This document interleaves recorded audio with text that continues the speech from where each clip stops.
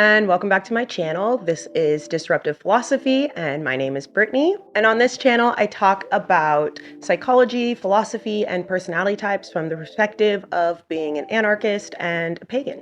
In this video, we will be continuing to talk about our sages, the INTJ and the INFJ, breaking down their cognitive function stacks and kind of what they value in relationships and a good overview of more specifics about the personality. The last two videos were kind of more focusing on their dominant function, NI, introverted intuition, our purpose and foresight. And in this video, we're gonna dive deeper into how that interacts with the rest of the functions on their stack and what they look like in relationships. This video is part of an educational series called Prime Alchemy, How Humans Work. So if there are any terminology or concepts that you do not understand or seem a little confusing, I have probably covered them in previous videos in this series. So please go back and check the playlist, which is called Prime Alchemy, How Humans Work. There's probably like a little thing down here, and catch up on those videos so that we're all on the same page. I also wanted to add in here that Prime Alchemy is a personality typing construct that I have developed over my research for the last 5 years or so. It's rooted in the work of Carl Gustav Jung, and it is an amalgamation of Myers-Briggs, OPS, socionics, and there are influences also from John Beebe and Dario Nardi. I know that if you are already deep into personality typing or you follow one of those systems, there are going to be things I'm going to say in Prime Alchemy that you may be like, that's not right. That's not how this goes. And it's because it's an amalgamation of the best aspects of these typing systems that also fall in line with the root values of Carl Jung's original work and psychology and philosophy. If you enjoy this content, please do all the YouTube things, like, subscribe, share, leave a comment. I like comments. I enjoy engaging with you all in the comments, hearing your personal stories and feedback on the video. It really helps confirm and work out some of the kinks in my research. Feedback is good. I like feedback, and I do my best to reply to every comment you can see below. So leave me a comment. Also in the comments, you can let me know if there are any concepts, ideas, current pop culture topics, media, movies, YouTube videos, whatever else that you want me to comment on or hear my perspective on. You can let me know that in the comments too, and I will take note. Although I will admit that I do have videos lined up for probably the next year. I have enough content and scripts written to put out probably multiple videos every week for the next year. I just don't have that amount of time and energy because it's just me. I'm a team of one. All right, now that we got all the administrative introduction stuff out, let's get into the video. I did film this intro on a different day, so I think I'm wearing the same shirt in the video, but I may look a little different, style different, or the lighting might be a little different. It's because I filmed these on two separate videos because I had to split this video up into 3 because my videos tend to be too long. I again, like I've mentioned, I like to talk and these videos end up being an hour and a half and I'm like, we gotta split this up. This is a lot. So, yeah, let's get in title card. Let's get into it. Let's get into it. Let's get into it. Get in.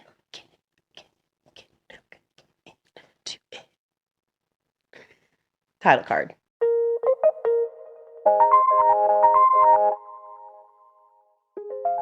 So the INTJ, the Sage Creator. In Prime Alchemy, their archetypal name is the Sage Creator. In MBTI, they are known as the Architect, Strategist, Mastermind. Their Prime Alchemy role, this is kind of what their role within the community is, within a tribe, is the producer of knowing how. When they are unbalanced, their role in the tribe, or what they end up being in the tribe, is the Judas of knowing how, meaning they betray their tribe in the knowing of how to do things. Their stack looks like this. The director is introverted intuition, purpose, foresight. The protagonist is extroverted thinking, doing, or how. The writer of INTJ's stories is FI, soul values, or introverted feeling. The mentor for INTJs is SE, extroverted sensing or reality senses. Their unvalued or shadow, the producer of their stack would be NE, extroverted intuition, possibilities, explore. Their antagonists would be introverted thinking, TI, truth, Y. Their comedian in their stack is extroverted feeling, FE, humanity, consensus. And the hero of their stack would be introverted sensing, SI, or perception narrative. The theme for an INTJ personality archetype is strategizing, envisioning, and masterminding. Some talents are defining goals, creating detailed plans, and outlining contingencies. They create divisive strategy, give structure, establish complex plans to reach distant goals, dictated by a strong vision of what is needed in the long run. They thrive on taking abstract theories and manifesting them to work in reality and are open to any ideas they can integrate into complex systems they seek to understand. They also drive themselves hard to master what is needed to make progress toward their vision.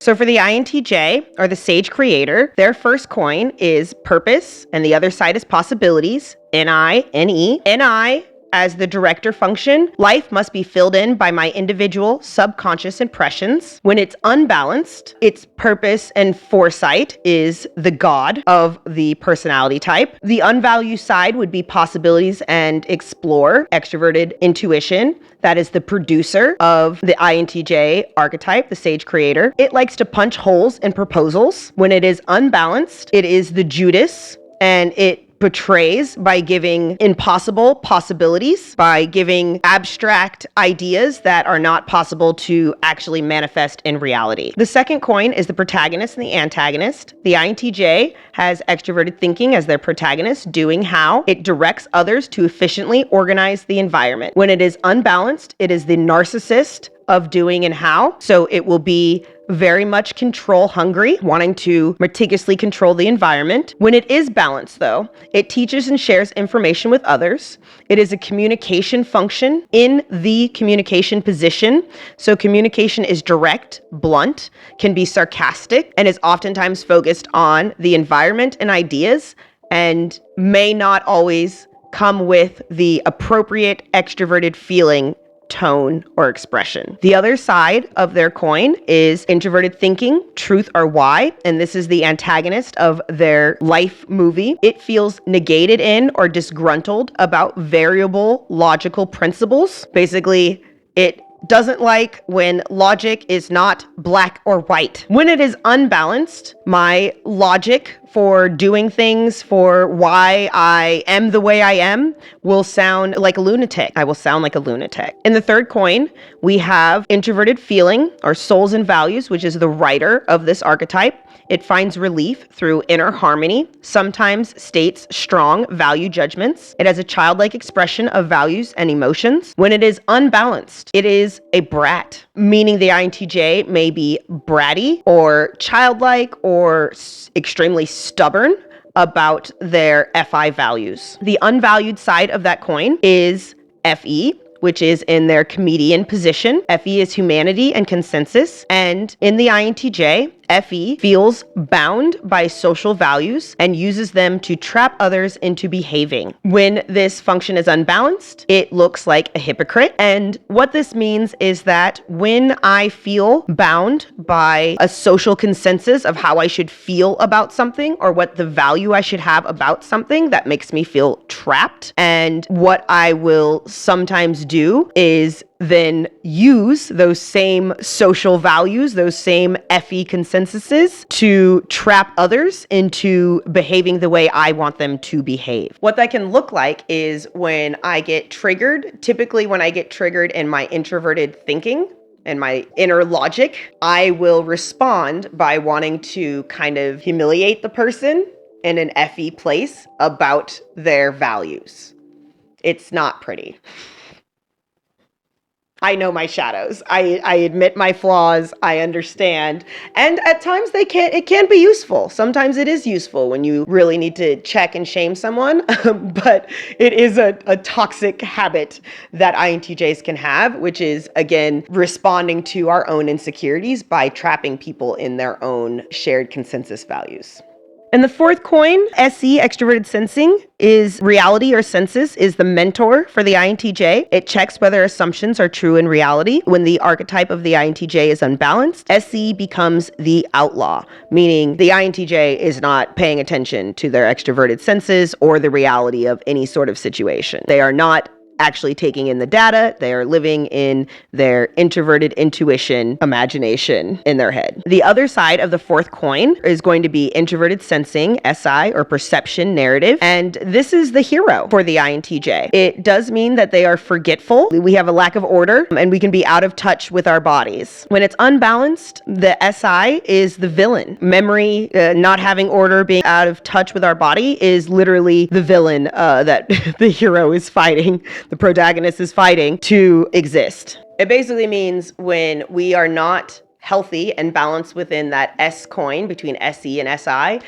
we are forgetful. We are having an incorrect analysis of what is actually going on, why someone is upset, why this happened, and how it happened in what order.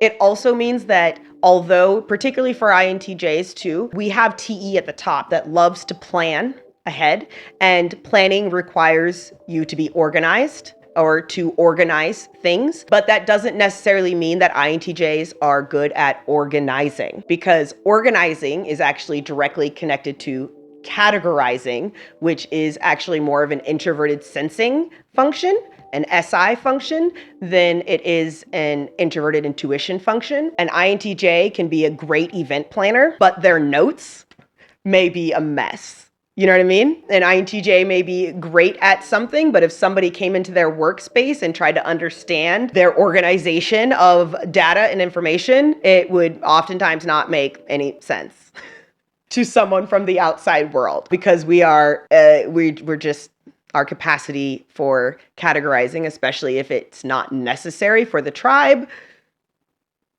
limited. And this is something I've had to swallow recently, because I always prided myself on how good I was at being organized. And people would say, "You're so organized." And it's like, oh, it appears that way on the outside.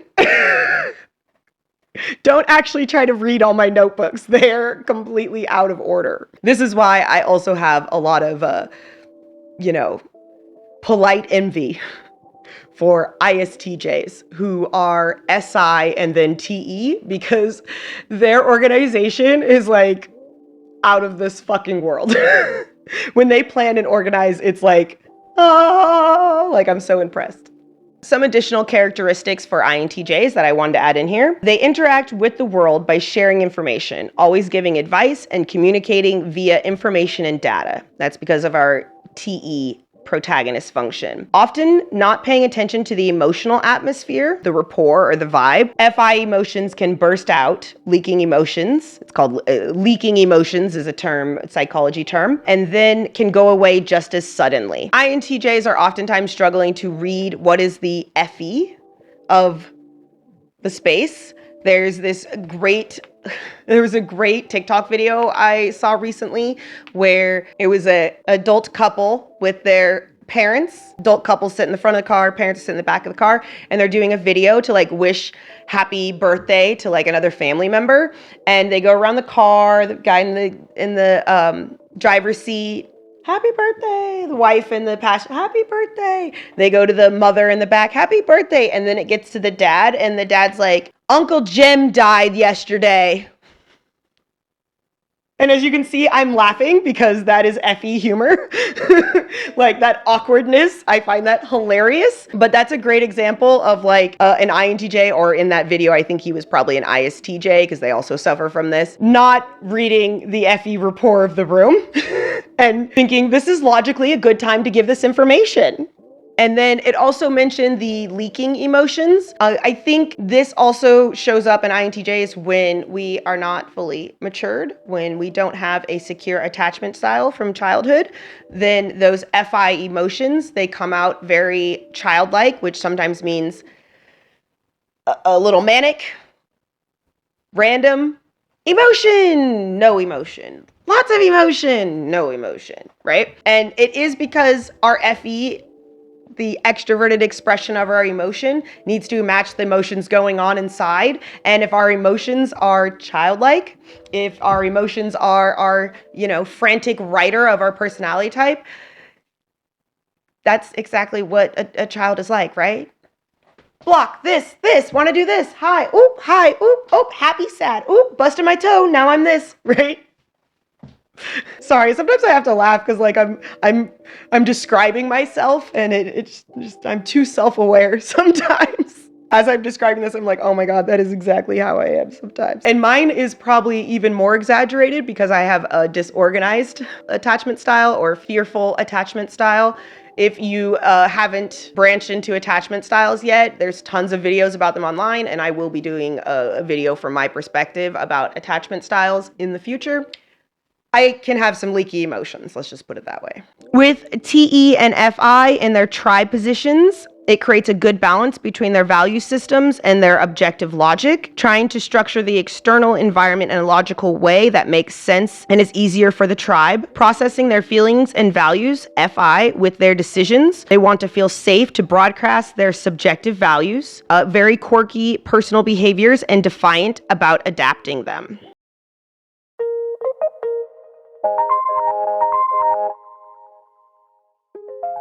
And then I wanted to talk about INTJs in kind of their themes in relationships. Some of this text was given to me by some research that my husband had found, and it is by another doctor. His name is Dario Nardi. My sources that I've used for collecting all this information will be linked below, or they'll be in here somewhere. But I really liked the way that he described the themes and relationships for the different archetypes in this work that they did. For the INTJ, when progress is not being made, life is dull and draining. Yet progress often feels elusive, since it may be outside their control. In response, they develop strategies like recruiting others who share their vision. Accurate. If I don't feel like I'm progressing forward, I feel stagnant and I panic. And I go, what the fuck is wrong with me? What's wrong with the way I am living my life and what I am doing in my life? How do we change that? Because I'm not moving. I'm not growing. Things aren't progressing. And when I am unhealthy and unbalanced, oftentimes I will project this need for progress on other people by wanting to help them, by being a little codependent and kind of forcing my coaching, right? This is how we can do it better for the future on them in unhealthy and sometimes harmful ways. She is healing, okay? She is beautiful. She is an INTJ. She is healing. She is understanding herself. When I am more balanced and healthy, though, I can be very good at recruiting people to my FI value cause, right? Because the way that I express my values comes from that writer that is childlike. And when a child expresses what is important to them, if you are a human being, that most of the time should encourage you, motivate you to want to do that thing for that child. The best way to explain it. I will admit there is one thing I do want to brag about for us INTJs and ISTJs. From what I've heard from my research from other people who have gotten to be in relationships with those archetypes is the way that they love, the way that we love and express love is unlike almost any other type because our introverted feeling, our soul and our value is in that childlike function, is in that writer function. We are writing our entire life story based off of our values and our inner feelings. And just like innocent, curious, childlike love, oftentimes unconditional love that children give their parents, that is the way that ISTJs and INTJs kind of experience loving other people. And those people who have been loved by us have said it's like one of the best. Just so. Once in a while, I will toot my own little horn. And that's one I'm very proud of. My little FI child is very proud that I be loving motherfuckers like no other. I know how to love. I know how to love, okay? Okay. They can instantly latch onto someone they have a strong intuition about and will feel very loyal to that person, staying for the long haul. Staying means the relationship is not a waste of time and it fits in the larger scheme of life. Oh, I mean, I just mentioned about how we love, so I'll just leave that there. They are very private, showing affection only to those close to them. They do not like the feeling of being indecisive and being kept up in the air emotionally. Because communicating emotions feels embarrassing, they want some structured way to interact and communicate to leave no room for uncertainty. And I related to this a lot when I was entering the alternative kink community scene because there were rules. There were rules and guidelines on how to have open, clear communication in your dynamics and relationships, whether it was play partners or submissives, whatever else. And I loved that. And I've taken parts of that that are actually healthy and not harmful and incorporated it into how I navigate my relationships now, because I like open, clear communication, and most other people like that as well. It just can be difficult because of our traumas and our attachment styles. But it's really nice to be able to have that permission, to be able to start a relationship and just be able to put down right from the beginning where you want this to go, right? I reconnected with a friend recently, just this last weekend, and although it was slightly uncomfortable, before we left, I wanted to emphasize and clearly communicate where I think this relationship could go, and to make sure that when we left that meeting, we both thought the same thing, right? We weren't leaving and one person was thinking, well, that was a nice way to wrap up the friendship. And the other person was thinking, oh, I'm so glad that we've rekindled this friendship. And which means we didn't communicate, right? And there was miscommunication. I have a great video that breaks down communication. It's called How to Love. I'm sure I put a thumbnail and I'll link it in here. Go check that out. Luckily, that's not what happened. I opened up about, hey, I would like this to be how we move forward in this relationship. How do you feel about this? And they were like, yeah. and they were glad that we communicated about it. I think, again, my experience in the kink community where I had to negotiate things where we have to be blunt and open and clear, or when I tie you up in some rope, I might drop you, or something may happen if you don't understand and I don't understand everything that is going on. That's helped me learn, value, appreciate, and have the courage to be more blunt about those things. I have definitely been in the past as well, but it kind of gave me the permission of like, no, actually, this is good and a healthy way to kind of navigate relationship. A constant drive for self-mastery is what keeps them focused on achievement, whether masterminding a project or venture or developing their social or physical skills. They enjoy mastering anything that attracts. The more challenging, the better. And I am guilty of being an INTJ who wants to master some of the most unique and specific skills and tools and arts. I mean, like I just mentioned, I got into the kink community and immediately wanted to master rope bondage, or shibari, which is one of the most dangerous and difficult skills to master within that community. And I did. And if you want to know more about that, check out my first YouTube channel called The MP Experience.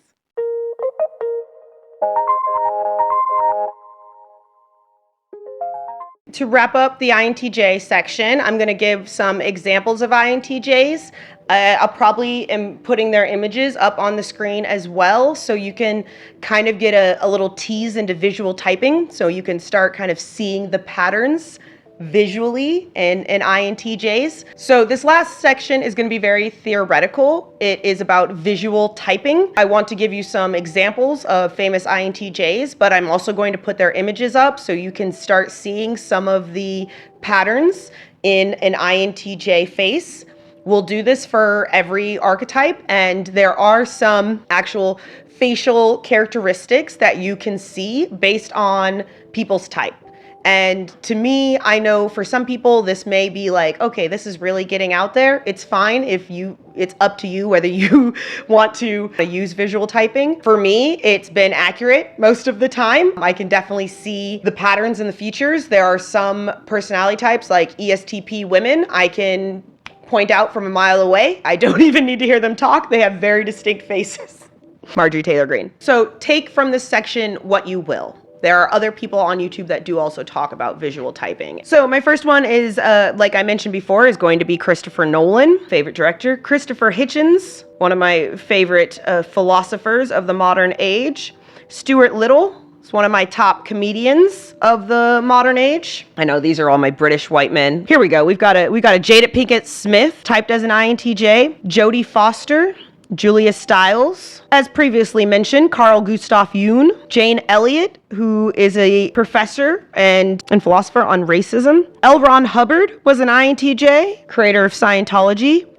Tupac, INTJ. I'm assuming y'all know who Tupac is. Fred Hampton, who was a Black Panther and revolutionary. J. Robert Oppenheimer, who Christopher Nolan just did a movie about. Karl Marx, good old Karl Marx, our capitalist philosopher, INTJ. Bernie Sanders, our very dedicated INTJ, who unfortunately has maybe had a little betrayal, has betrayed us a little bit in the how we're going to get to our free healthcare. He's getting old though, guys. He's getting old. Bobby Fischer, one of the best and incredibly famous chess players. Werner Heisenberg, who was also a physicist. Ann Winter, who has been the editor of Vogue for decades. Nikolai Tesla, of course. Nikolai, one of our best inventors. Tilda Swinton, one of the most amazing actresses. Gabor Mate is a very famous psychologist and has done books called The Myth of Normal and Scattered Minds about ADHD.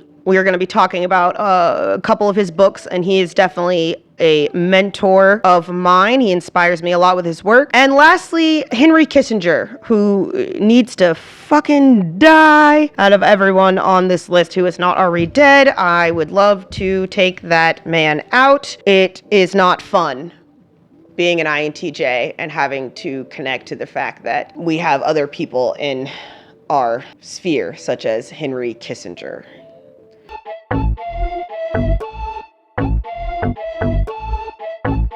There's also quite a few INTJ Nazis. I didn't put them in here because Hitler's an INFJ, so we're gonna have enough Nazi on the list.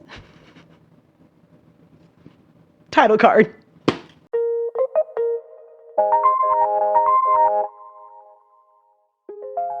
So an INFJ in my Prime Alchemy series is considered the sage caregiver. In MBTI, they are known as the counselor or the advocate. Their role within the community, within Prime Alchemy, is the producer of knowing humanity, or knowing the consensus values, empathizing. When they are unbalanced, they are also a Judas, and they are Judas of knowing humanity, and they can become very inhumane.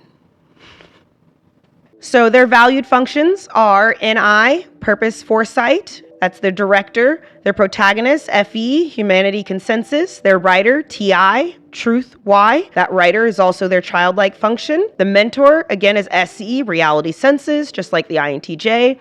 Producer, NE, possibilities, explore. Their antagonist, introverted feeling, which is soul, values. Comedian is TE, which is doing and how, or extroverted thinking, and their hero, just like the INTJ, is going to be introverted sensing, SI, or perception and narrative. The theme for the INFJ is foresight, and their talents are developing and guiding people. They use their insights to deal with complexity and issues and people, and often with a strong sense of knowing before others know themselves. They trust their inspirations and visions, using them to help others. They thrive on helping others resolve deep personal and ethical dilemmas. And they are very private and complex. They bring a quiet enthusiasm and industry to projects that are part of their vision.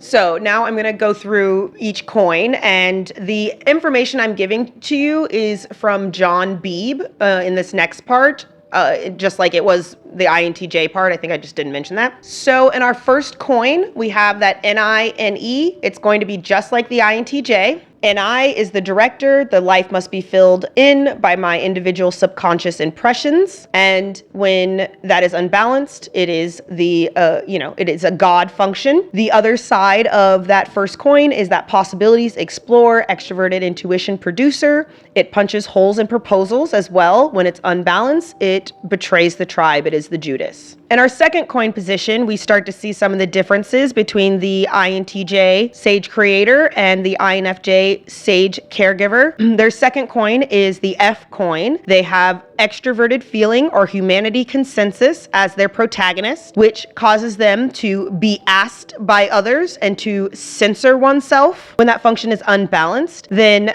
FE or humanity consensus becomes the narcissist of the personality, and it can look like what they are going to think is selfless sacrifice, but really is this sacrifice of the other side of that F coin, which is who they are as a person, that introverted feeling. They end up defacing themselves to actually help the community, right? I will completely deface myself, so all I am is an object of use to the tribe. And that is actually not helpful to any tribe. That is very toxic and unhealthy and ends up oftentimes looking like covert narcissism. The other side of that FE coin, that second coin, is going to be FI, that is soul's values. That is the antagonist of their personality, and it can angrily hit others with individual, personal, or universal ethical truths. And when they are unbalanced, this FI is going to look like a lunatic. So when they get triggered or unbalanced, they may come at somebody very personally and viciously, because they've been triggered in their insecurity, which is FI, which is what is important to them, their emotions, their feelings, their values. And so they're going to hit back by hitting other people's values and oftentimes ridiculing them or emphasizing how much those values don't align with the tribe's values. So sometimes that means kind of excommunicating people or making people feel like they don't belong. The third coin for the Sage Caregiver or the INFJ is going to be TI, introverted thinking, which is truth or why, and it is the writer of their personality. It is a childlike exploration of logical frameworks. When it is unbalanced, it is a brat and can be incredibly stubborn. So this can look like the INFJ kind of doubling down on their personal analysis or logic or understanding or framework of data, of information, and then there is no changing their mind. They can be incredibly stubborn. And because they are disconnected from their actual emotions, because they are unhealthy, they can't balance those two things out. INTJs also struggle with this, but they are going to lean into being stubborn about those values and then not being able to balance out the logic. The other side of the third coin, the unvalued side of the third coin, is going to be extroverted thinking or doing how. It is the comedian of the INFJ's archetype. It sees people organizing the environment logically as bad children. When it is unbalanced, the TE function is a hypocrite. And what that looks like when that TE is unbalanced or repressed is that they don't want to do anything. They don't want to critically think about anything. They don't want to plan, and they don't want to do anything. And they look at people like me as bad children. And they're like, no, what are you doing? Planning and doing things with your TE. Stop it. It's making me feel things. And vice versa, the INTJs are like, what are you doing having consensus feelings? It's making me feel uncomfortable.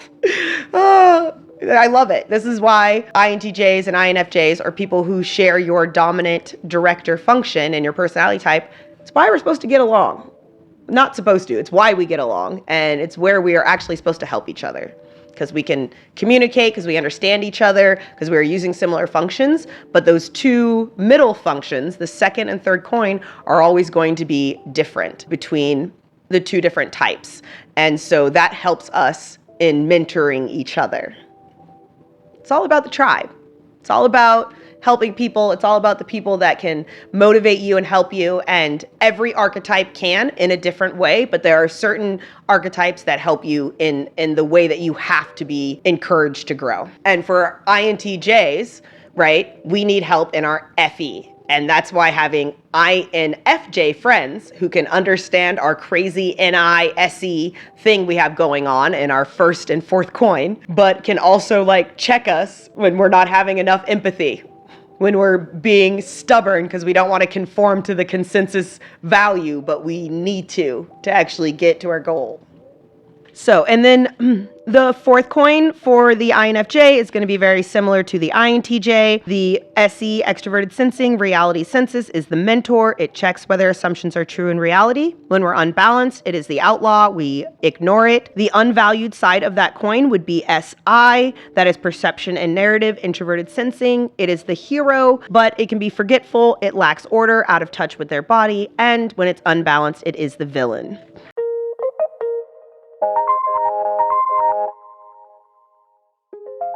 And some themes in relationships for the INFJ are going to look like life is a process of never-ending personal growth, their own and others. They devote their lives to honoring the gifts of others, helping them see what those gifts are and to find a way to develop those gifts. So what this could look like in reality is, again, that kind of seer, sagey, kind of weirdy person in the tribe or community that helps people find their purpose. That is one of the biggest roles of an INFJ, is to help people find their purpose, what is important to them that gives their life meaning.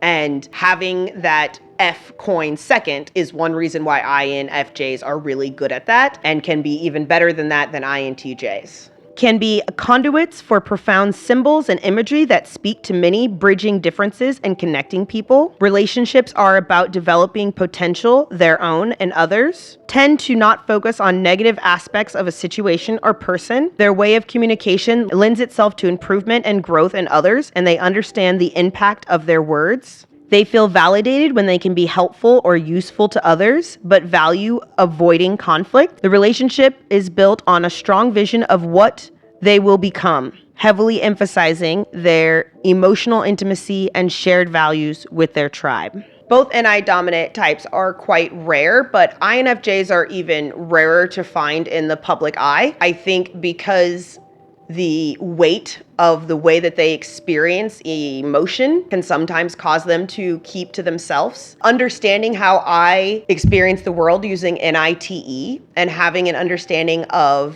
FE, and then trying to put myself in their shoes of like, okay, what if I had NI, but it was being supported by FE, right? Not the objective environment, but the objective values or emotions. And when I've talked to some of the INFJs in my life and how they've described their inner visual images, they can be incredibly abstract because they are getting inner visuals for emotions,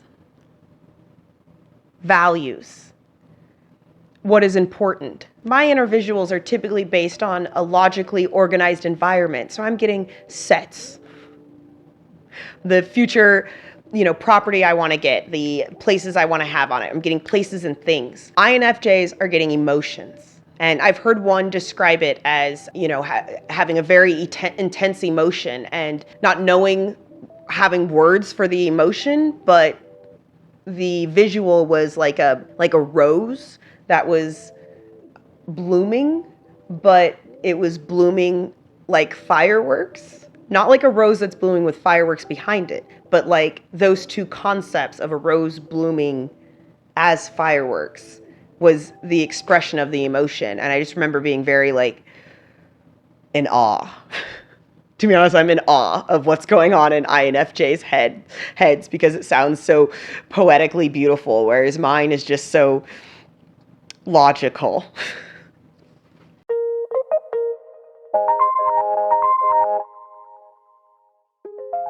So a few famous INFJs that we can reference: Adolf Hitler, fun one. Bell Hooks, who is a black activist that also came out of the Black Panthers. Kendrick Lamar, rapper. Lauryn Hill, also a rapper, female rapper, one of the most revered female rappers by a lot of men. Men love an INFJ. Nicole Kidman. Frank James is a personality YouTuber that is typed as an INFJ. And Lex Friedman, who is a podcaster who just is very interested in people and is very good at podcasting and is also a very intense podcaster. I've watched his stuff. I get him. He is intense. I know I talked about visual typing with INTJs and INFJs. I want to put all the people on the screen now so you can see. NI dominates tend to have a long face. Their face tends to be more oval and almost like it's being pulled from both sides. Not being pulled from both sides. Almost like it's being pulled from the top and the bottom. It's getting elongated. They can have rather large foreheads. I like to joke because that's where, all of our imagery is going on. We need a nice big movie screen. They tend to have high cheekbones and can tend to have an alien-like facial whole picture. The INFJs tend to get a very alien-like face. The NI dominants tend to have a face that looks like it is futuristic, almost not of this time period. Their eyes tend to be we struggle with eye contact. If you've noticed in my videos that I film, our eyes will dot around if we are having a conversation with someone and we need to visualize to understand a concept. Our eyes may go off. When we are looking at you, we tend to be looking through you or above you or beyond you into the future. These are some visual typing characteristics of NI dominant users or the sages. Use them as you will. I definitely don't use visual typing as like a dominant way to type someone. It is one of the tools out of many that I use to confirm personality type. And not even confirm, I more use it to like guide me. But it's just a piece of information in the puzzle. I do not dominantly type visually. You still need to confirm, even if you are seeing, the perfect ESTP female face. I still need to confirm that that's actually a type they are by, listening, doing the whole analysis, conversations, watching all of their interviews, whatever it is, whoever I'm typing.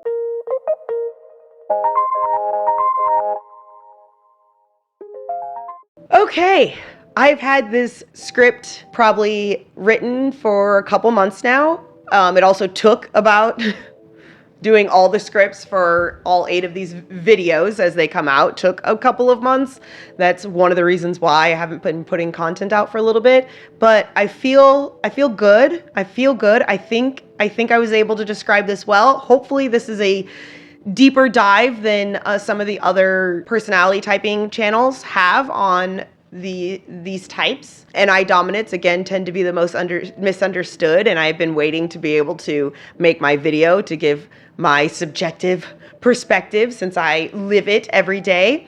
Please let me know in the comments if you're an INTJ and INFJ, if you related to any of the things that I talked about in this video, if there are things I didn't talk about that you want to add so you can help other INTJs and INFJs understand themselves. Share in the comments if there's more questions of things you wanted to cover. This is like an overview. This is the whole picture, but I'm not getting into nitty-gritty details. We'll do more of that in the future with other videos. Yeah, that's it. That's what it is. Like, subscribe, share if you do. If you don't like it, but you made it to this far, then let me know how much you didn't like it in the comments and hit the little down button. These videos are going to be coming out gradually, so I'm not putting myself on a tight schedule, so just make sure that you've hit the bell so that you can get notifications of when I put out these videos so you can see the one for your type if you're not an INTJ or INFJ, since that's only going to be about 3% of y'all watching. This has been Brittany with Disruptive Philosophy. Hopefully you enjoyed this. Hopefully it made sense. Much love to all of you, and yeah, heal and live in love. Bye. The talents, some of the shared. feels like life must be fulfilled. The third coin is going to be the perception, and the other. So INFJs are actually very, but I their first coin is purpose, and their first coin, director producer, and I would be their then. But when I'm